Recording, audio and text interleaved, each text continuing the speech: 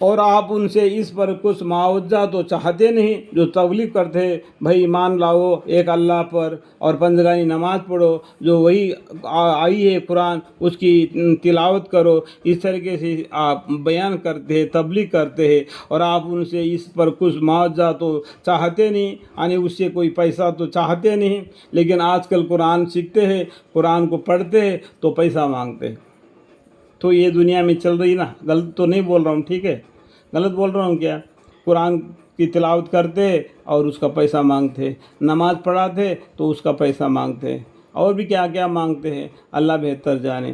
تو کہنے سننے سے ہمیں باز آنے کی توفیق عطا فرمائے، اللہم فری۔ اور یہ قرآن تو صرف تمام جہان والوں کے لیے نصیحت ہے، اور بہت سے نشانیوں میں سے آسمان میں اور زمین میں ہے جن پر ان کا گزارا ہوتا رہتا ہے، اور ان کی طرف سے یہ اصلاح توجہ نہیں کرتے۔ یہ دوبارہ آیت پڑھتا ہوں، اور آپ ان سے اس پر کچھ معاوضہ تو چاہتے نہیں، اس تبلیغ پر پیغمبر صلی اللہ علیہ وسلم ان سے کوئی پیسہ وغیرہ تو مانگتے نہیں۔ یہ قرآن تو صرف تمام جہان والوں کے لیے نصیحت ہے، اور بہت سے نشانیوں میں نشانیاں ہیں آسمانوں میں اور زمین میں جن پر ان کا گزارا ہوتا رہتا ہے۔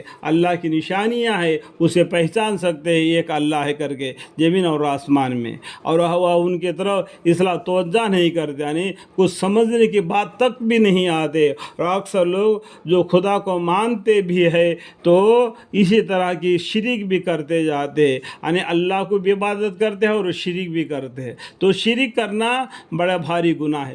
شرک کا مطلب کیا ہے، اس کا کتنا حصہ ہے، آپ کو کیا کیا اور کتاب ہے جو مسئلے والی کتاب ہے اس کو پڑھنا چاہیے، اور بخاری شریف کو بھی پڑھنا چاہیے۔ شرک کے بہت مطلب ہے، یا اللہ کو چھوڑ کر دوسرے کو عبادت کرنا ہی شرک نہیں، شرک کے بہت معنی ہے، ٹھیک ہے، اس کو آپ بخاری شریف کو پڑھو گے تو معلوم ہو جائے گا۔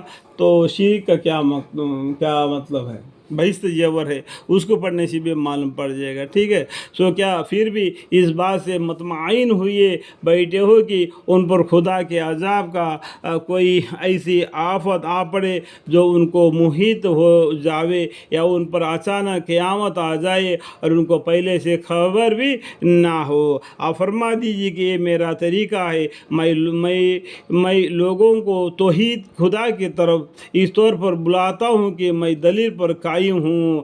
توحید کا مطلب کیا ہے، ایک اللہ کو عبادت کرنا۔ یہ قرآن کیا ہے، یہ قرآن توحید ہی تو ہے۔ یہ قرآن کیا بلا رہے، ایک اللہ کی طرف عبادت کرو، ایک اللہ کو مانو اور غیروں کو مت مانو۔ یہ قرآن گواہ ہے، قرآن لوگوں کو بلاتا ہے دین کے طرف، یہ پیغمبروں کے ذریعہ سے۔ تو توحید کے طرف، خدا کی طرف اس طور پر بلاتا ہوں کہ میں دلیل پر ہوں، یعنی قائم، دلیل پر قائم ہے، یعنی ان کے ساتھ، ہمارے پیغمبروں کے ساتھ دلیل کیا ہے، ایک قرآن ہے، دلیل پر قائم ہے، میں بھی اور میرے ساتھ والے بھی، اور اللہ شرک سے پاک ہے۔ سبحان اللہ، اللہ شرک سے پاک ہے، اللہ کو کوئی بیوی نہیں اور اللہ کو کوئی بچے نہیں، ٹرینٹی نہیں ہے۔ جو ٹرینٹی کو مانتے ہیں، جو عیسائی لوگ یا نصرانی لوگ اور یا کافر لوگ جو ٹرینٹی میں مانتے ہیں، اللہ ٹرینٹی نہیں، اکیلا ہے، لا الہ الا اللہ ہے، ٹھیک ہے، اور میں مشرکوں میں سے نہیں ہوں، وما انا من المشرکین، جو ہمارے پیغمبر صلی اللہ علیہ وسلم بولتے ہیں، سبحان اللہ وما انا من المشرکین، اللہ شرک سے پاک ہے اور میں مشرکین میں سے نہیں ہوں۔ مشرک مطلب کبھی ادھر کبھی ادھر، دونوں طرف ڈھلتا ہے، ٹھیک ہے۔ اور ہم نے آپ سے پہلے مختلف بستی والوں میں سے جتنے رسول بھیجے سب آدمی تھے، کوئی بھی فرشتہ نہ تھا، اور یہ لوگ جو بے فکری ہے، تو کیا یہ لوگ ملک میں کہیں چلے پھرے نہیں کہ اپنے آنکھوں سے دیکھ لیتے کہ ان لوگوں کا کیسا برا انجام ہوا جو ان سے پہلے کافر ہو گزرے ہیں، اور البتہ حاکم عالم آخرت ان لوگوں کے لیے نہایت بےہودی کی چیز ہے جو احتیاط رکھتے ہیں۔ سو کیا تم اتنا ابھی نہیں سمجھتے، یہاں تک کہ جب پیغمبر اس بات سے مایوس ہو گئے اور ان پیغمبر کو گمان غالب ہو گیا کہ ہماری فہیم نے غلطی کی یا ان کو ہماری مدد پہنچی، اللہ کی مدد ان پیغمبروں کو پہنچی۔ پھر اس عذاب سے ہم نے جس کو چاہیے یعنی پیغمبر کو اور جو ہمراہ ایمان لائے ان کو بچا لیا گیا، اور ہمارے عذاب مجرم لوگوں سے نہیں ہٹتا۔ جو مجرم لوگ ہیں ان کے اوپر سے اللہ کا عذاب نہیں ہٹتا۔ اللہم اغفر لی، اللہم اغفر لی۔ اور انبیاء اور واہم سابقین کے قصے میں سمجھدار لوگوں کے لیے بڑی عبرت ہے، جو قرآن کریم کے اندر میں پیغمبروں کے قصہ کہانیوں کے طور پر ہمیں بتلا دیا، اس لیے کہ اس میں سمجھداروں کے لیے بڑے عبرت ہے۔ اس کو سمجھ کر اللہ سے معافی مانگنا، استغفار کرنا اور ہمارے راستے کو درست کر لینا، ایک اللہ کی عبادت کرنا، وہی وحدہ لا شریک ہے۔ اشہد ان لا الہ الا اللہ وحدہ لا شریک لہ واشہد ان محمد عبدہ ورسولہ۔ ان انبیاء یعنی پیغمبروں کے قصے میں و سابقین کے قصے میں سمجھدار لوگوں کے لیے بڑی عبرت ہے۔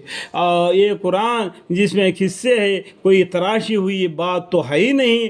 جو قصے جو پیغمبروں کے جو 25 قصے پیغمبروں کے بتلایا، اور ایک قصہ جو موسیٰ علیہ السلام نے خضر علیہ السلام سے ملے تھے، وہ ایک قصہ، اس میں کوئی تراشی ہوئی بات تو ہے ہی نہیں۔ یہ اللہ کی طرف سے نازل کی گئی ہے۔ کس میں سے؟ اللہ کے پاس جو کتاب ہے آسمان میں، جن کو پاک فرشتوں کے علاوہ کوئی ہاتھ نہیں لگا سکتا، اسی کتاب سے یہ چاروں کتابیں جو نکلے۔ اللہ تعالیٰ قرآن میں بولتے ہیں بہت سے فرشتے جو بہت سے پیغمبر آئے، بہت سے کتابیں نازل ہوئے، چند پیغمبر کے بارے میں اور چند کتابوں کے بارے میں آپ کو علم دیا جا رہا ہے، کیونکہ جتنا علم ہم کو چاہیے قیامت تک کے لیے، جتنا علم چاہیے اتنا علم اللہ تعالیٰ نے ہم کو دے دیے۔ اللہ تعالیٰ ہمیں ان بات کو سمجھنے کی توفیق عطا فرمائے۔ کوئی تراشی ہوئی بات تو ہے ہی نہیں، تو اللہ کی طرف سے نازل کی ہوئی کتاب ہے قرآن، کہ اس سے عبرت نہ ہوتی، یعنی عبرت حاصل کرنا چاہیے، بلکہ اس سے پہلے جو آسمانی کتابیں ہو چکی ہے یہ ان کی تصدیق کرنے والا ہے۔ اس سے پہلے جتنے بھی کتاب آئے ہیں ان سب کی یہ تصدیق کرتا ہے، ان سب کے پر یہ ایمان لاتا ہے قرآن، اور ہر ضروری بات کی تفصیل کرنے والا ہے۔ ہر ایک ضروری بات کو تفصیل سے بیان کر کے بتلایا ہے اللہ تعالیٰ اس قرآن میں، اور ایمان والوں کے لیے ذریعہ ہدایت اور رحمت ہے۔ یہ قرآن کیا ہے؟ اور ایمان والوں کے لیے ذریعہ ہدایت اور رحمت ہے۔ الحمدللہ رب العالمین۔ یا اللہ مالک پروردگار عالم، قرآن کریم کی تلاوت کرنے میں اور قرآن شریف کی تلاوت یعنی معنی پڑھنے میں، سمجھنے سمجھانے میں جو بھی غلطی کوتاہیاں ہم سے ہو گئے تو ہمیں معاف فرمائے اور ہمیں علم عطا فرمائے۔ وقل رب زدنی علما، وقل رب زدنی علما، وقل رب زدنی علما، وآخر دعوانا ان الحمدللہ رب العالمین، آمین۔